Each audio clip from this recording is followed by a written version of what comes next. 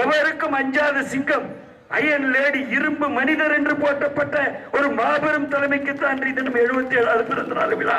வேறு பட்டம் வாங்கியிருக்காங்க, கலைமாமணி பட்டம் வாங்கியிருக்காங்க, படத்தில் நினைச்சு பட்டம் வாங்கியிருக்காங்க, டாக்டர் பட்டம் வாங்கியிருக்காங்க. அந்த மாதிரி தலைமைக்கு தான் தினம் எதுல எடுத்தாலும் முதல் ஆளாக, முன்னணி ஆளாக ஒரு பெண் இனத்துக்கு எவ்வளவு பெரிய சங்கடம் இருக்கும், சிரமம் இருக்கும், சஞ்சலம் இருக்கும், எவ்வளவு உபத்திரம் இருக்கும்.